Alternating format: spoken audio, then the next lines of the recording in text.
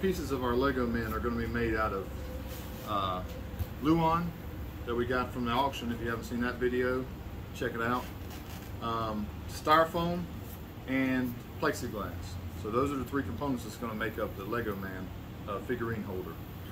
And the tool for this job, the perfect tool for this job, is our OMTech laser. If you haven't seen the video for that, check it out. I have a link above. So let's go to the laser.